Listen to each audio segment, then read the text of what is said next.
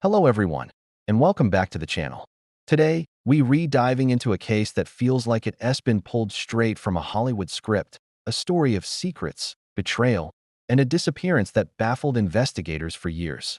This is the perplexing case of Michael and Mayumi. It all started on a seemingly ordinary day.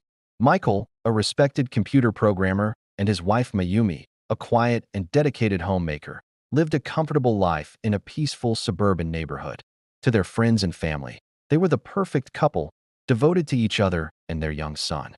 But as investigators would soon discover, behind the picket fence and manicured lawn, a very different story was unfolding. One evening, Michael failed to return home from work. Mayumi waited, her anxiety growing with every passing hour.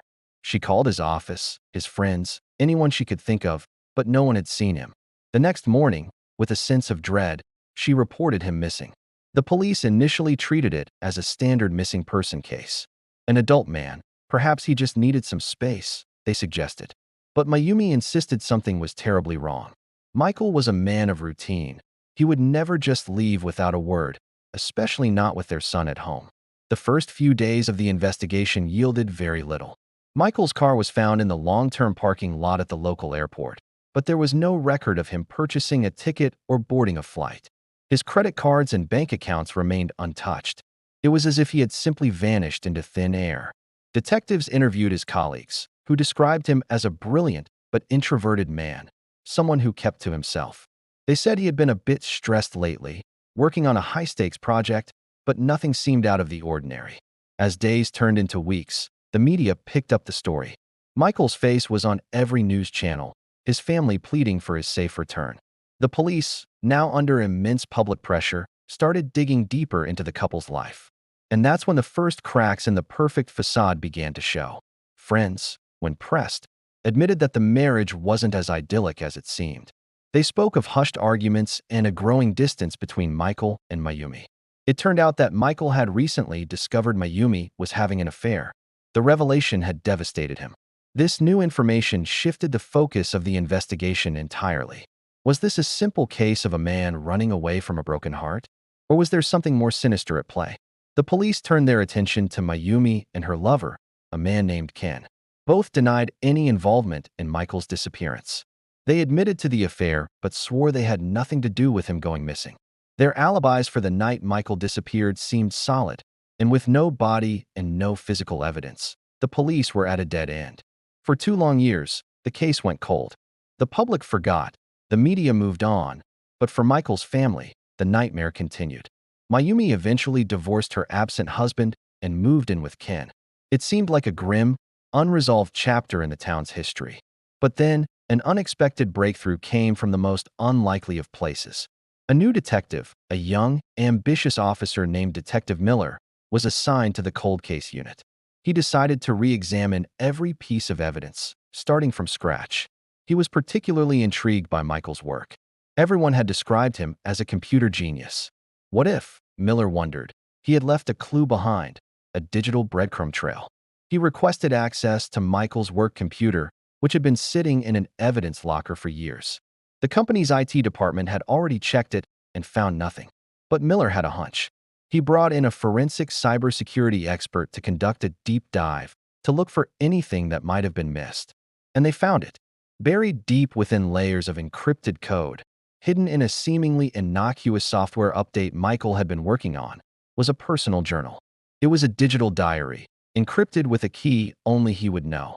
The cybersecurity expert worked tirelessly for weeks, and finally, he broke the code. The journal entries were chilling. In the weeks leading up to his disappearance, Michael detailed his heartbreak over Mayumi's affair. But he also wrote about something else, something far more dangerous.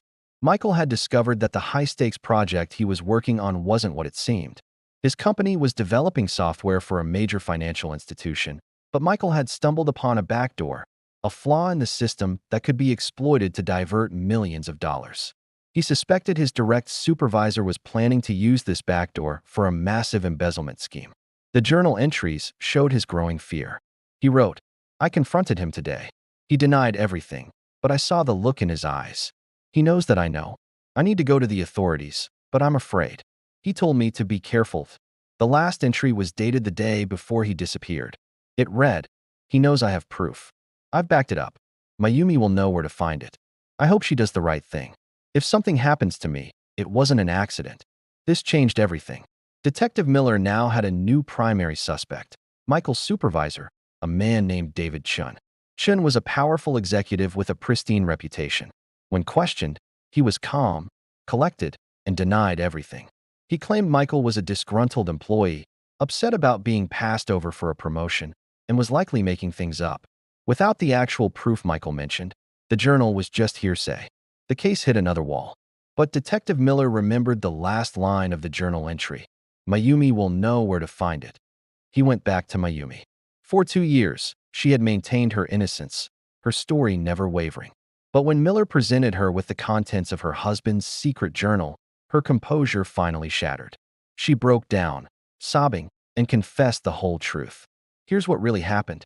After Michael confronted his boss, he came home terrified. He told Mayumi everything.